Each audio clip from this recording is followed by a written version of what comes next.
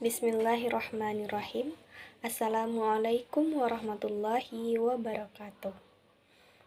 Baiklah, saya Sri Rahmadani dengan NIM 2121176 akan menjelaskan materi tentang sikap dan perilaku tercela, yaitu sikap tamak, sikap keras hati, sikap hasad, sikap dendam, dan sikap ghibah. Adapun sikap tercela yang pertama yang akan saya jelaskan yaitu tamak. Kata tamak berasal dari bahasa Arab yaitu tama'un yang berarti rakus atau loba. Tamak ialah sikap yang ingin mendapatkan harta kekayaan sebanyak-banyaknya dengan menghalalkan segala cara. Jadi, tamak ini sama juga dengan serakah. Orang yang tamak berarti mau melakukan apa saja untuk memperoleh harta. Jadi dapat kita ketahui bahwa orang tamak ini adalah orang yang menginginkan harta sebanyak-banyaknya. Dan dalam mendapatkan harta tersebut, dia tidak memperdulikan halal dan haramnya dalam mendapatkan harta tersebut, dan dia merasa kurang dalam harta atau rezeki yang telah Allah berikan.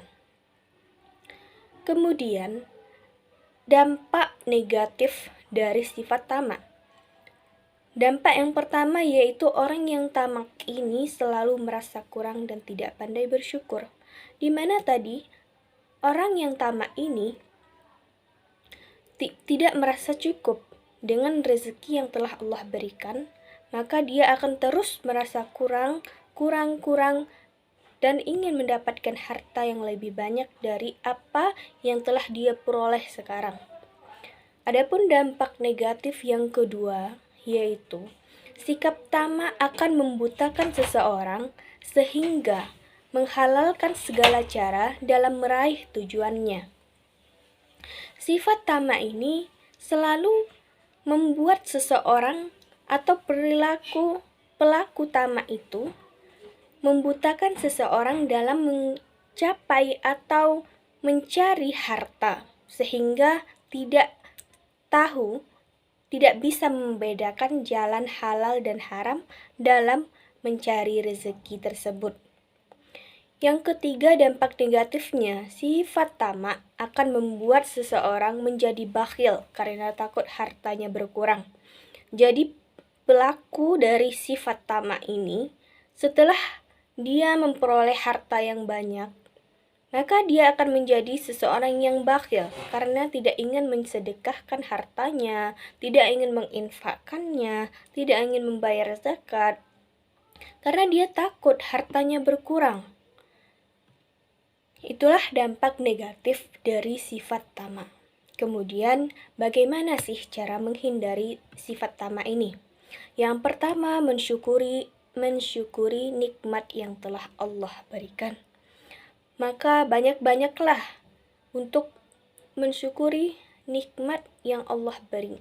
Baik itu banyak atau sedikit, maka hendaklah kita mensyukuri nikmat yang telah Allah berikan. Yang kedua, membiasakan hidup sederhana dan hemat. Hendaklah kita melaksanakan atau menjalani hidup dengan hemat, dengan sederhana, artinya tidak berlebih-lebihan. Kemudian hemat. Hemat dalam artian tidak berfoya-foya, tidak membazir-bazirkan rezeki yang Allah berikan. Itu tadi sifat dan perilaku tercela tamak. Adapun sifat dan perilaku tercela yang kedua yaitu keras hati atau qaswah al-qalb. Pengertian dari sikap dan perilaku tercela keras hati ini yaitu keras hati adalah sikap tercela di mana seseorang menutup pikiran dan hatinya akibat dari perilaku keburukan dan kemaksiatan yang telah diperbuat, semisal munafik dan marah. Maka sifat keras hati ini Seseorang menjadi orang yang merasa menang sendiri, tidak ingin menerima nasihat dari orang lain. Disebabkan apa? Disebabkan perlakuan keburukan atau kemaksiatan yang telah diperbuatnya. Contohnya seperti berbohong. Karena dia sudah sering berbohong, maka pikiran dan hatinya tidak menerima lagi, tidak bisa lagi melakukan perbuatan jujur. Maka jadilah dia menjadi orang yang keras hati. Setelah dinasehati, tapi tidak bisa menerima nasihat itu. Kemudian, bagaimana cara menghindari keras hati ini?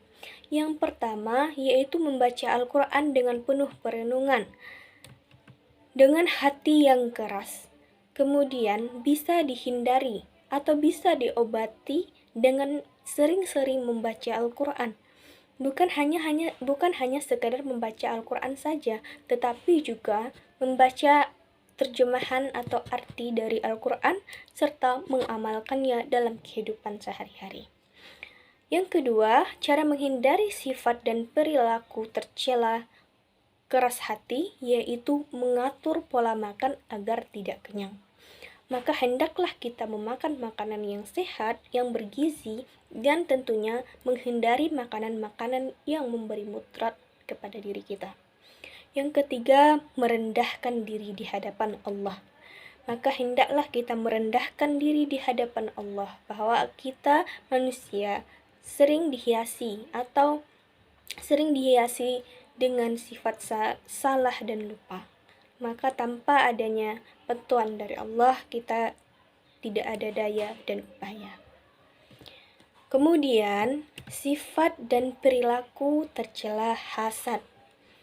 Hasad adalah perasaan tidak senang terhadap orang yang mendapatkan nikmat Allah. Orang yang memiliki sifat hasad ini selalu iri jika melihat orang lain hidup tenang. Dia merasa bahwa yang berhak memiliki segala sesuatu hanyalah dirinya sendiri. Berarti ini adalah sifat yang mementingkan ego sendiri. Bahwa dia tidak senang melihat orang lain senang. Kemudian jika orang susah, dia malah menjadi senang. Itulah yang dinamakan sikap hasad. Bahwa seseorang memiliki rasa tidak senang ketika orang lain mendapat nikmat yang berlebih dari Allah. Seperti itu. Kemudian, apa sih dampak negatif sifat dan perilaku tercela hasad ini? Maka dampak negatifnya terbagi menjadi dua. Yang pertama, ada dampak negatif bagi diri sendiri dan bagi orang lain. Adapun dampak negatif bagi diri sendiri, yaitu menimbulkan perasaan tidak senang. Maka di dalam hati seseorang akan merasa gelisah atau tidak senang atau tidak enak melihat orang lain senang, melihat orang lain dapat kelebihan nikmat dari Allah. Maka kita di dalam dirinya menjadi tidak senang. Kemudian yang kedua, merusak amal kebaikan. Maka seseorang yang melakukan sifat hasad, amalnya akan rusak apabila ada sifat hasad yang tertanam pada hatinya. Seandainya orang tersebut sudah melakukan amal di dalam kehidupannya, dalam kehidupan sehari-harinya, maka rusaklah amalan tersebut karena sifat hasad ini. Kemudian, dampak negatifnya bagi orang lain, yang pertama menimbulkan permusuhan atau renggangnya persaudaraan. Bahwa jika seseorang yang sudah memiliki sifat hasad, mungkin akan bisa menimbulkan rasa kebencian atau rusaknya persaudaraan atas sesama saudara kita yang mendapatkan kelebihan nikmat dari Allah tadi. Yang kedua, kehidupan di masyarakat kurang harmonis. Dalam berkehidupan masyarakat pun akan menjadi kurang harmonis jika adanya sikap hasad tersebut. Lalu bagaimana cara menghindari sifat hasad? Yang pertama, senantiasa bersyukur kepada Allah. Kita harus mensyukuri nikmat yang Allah beri kepada kita ataupun kepada saudara-saudara kita atau teman kita. Maka hendaklah kita syukuri atas nikmat itu. Yang kedua, cara menghindari sifat hasad yaitu berusaha menyenangkan orang lain. Maka kita harus berusaha menyenangkan orang lain. Jika orang lain mendapat nikmat dari Allah, maka kita juga harus merasa senang dan ikut senang. Kemudian sifat dan perilaku tercela yang keempat yaitu dendam. Dendam adalah kemauan yang keras dari seseorang atau kelompok untuk membalas kejahatan dari seseorang atau kelompok lain.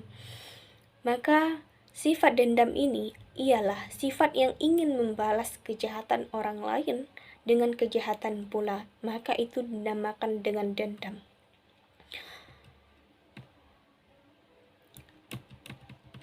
Lalu, apa dampak negatif dari dendam? Yang pertama, dapat menimbulkan retaknya hubungan persaudaraan. Bagaimana tidak akan retak hubungannya persaudaraan karena dampak negatif dendam? Karena dendam ini ialah sumber permusuhan atau retaknya hubungan persaudaraan seseorang dengan seseorang yang lain atau kelompok yang satu dengan kelompok yang lain. Yang kedua, timbulnya pertikaian akibat kejahatan yang tidak dapat selesai dengan balasan kejahatan. Jika seseorang sudah melakukan kejahatan kepada orang lain, maka orang lain tersebut akan melakukan kejahatan pula, maka permasalahan tersebut tidak akan terselesaikan. Maka itu akan memperumit permasalahan tersebut sehingga tidak bisa selesai. Bahkan bisa berlanjut sampai kapanpun jika tidak adanya rasa maaf. Kemudian, apa cara menghindari dendam? Yang pertama, berusaha untuk selalu memiliki sikap sabar dan berjiwa besar dalam menghadapi masalah.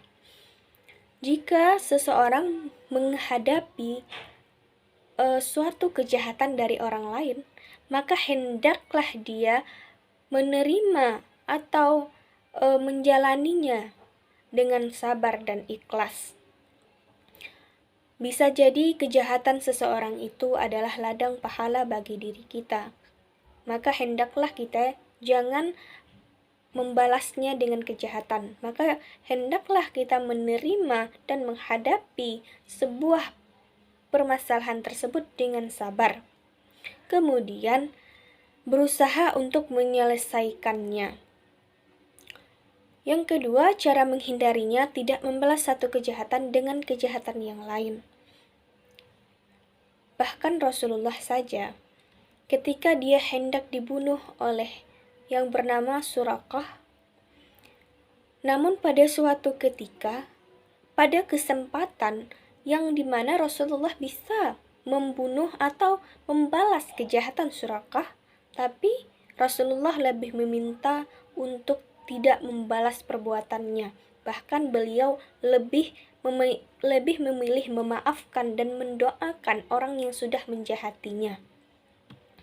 Kemudian sifat dan perilaku tercela yang terakhir yaitu ghibah. Ghibah artinya mengumpat atau menggunjing, yaitu perbuatan atau tindakan yang membicarakan aib orang lain. Maka yang dinamakan ghibah apabila seseorang, contohnya si A, mengetahui aib si B. Kemudian si A menceritakan aib si B kepada si C, maka itulah yang dinamakan ghibah. Tapi tidak semua membicarakan orang lain itu ghibah. Ada juga beberapa membicarakan tentang orang lain kepada orang lain itu tidak ghibah.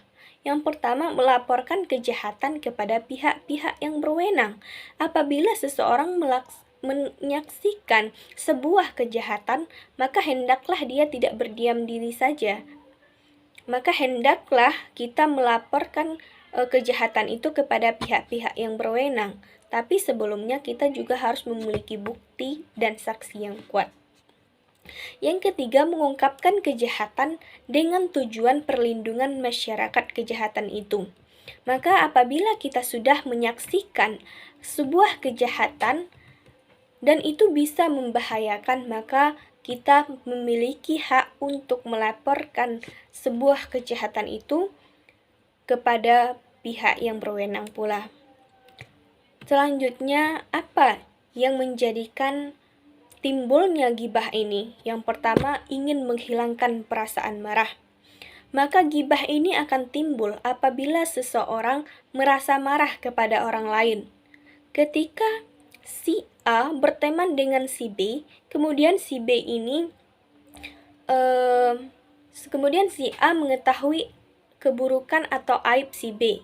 Tapi ketika si A dan si B ini mengalami cekcok atau pertengkaran, kemudian si A menceritakan aib atau keburukan yang sudah dia ketahui untuk menghilangkan perasaan marah akibat si B tadi melakukan kesalahan kepada si A. Kemudian si A menceritakanlah aibnya kepada orang lain, kepada si C tadi. Maka itulah sebab timbulnya gibah, yaitu untuk menghilangkan perasaan marah. Yang kedua, menganggap orang lain lemah. Ketika orang lain di hadapan kita merasa lemah atau ada kurangnya, atau kita mengetahui kekurangan atau kelemahan orang tersebut, maka apabila kita ceritakan kelemahan atau keburukan orang lain tersebut, maka itulah yang dinamakan gibah. Baik, hanya sekian yang dapat saya sampaikan tentang materi sikap dan perilaku tercela tersebut. Kalau ada salah, saya mohon maaf. Assalamualaikum warahmatullahi wabarakatuh.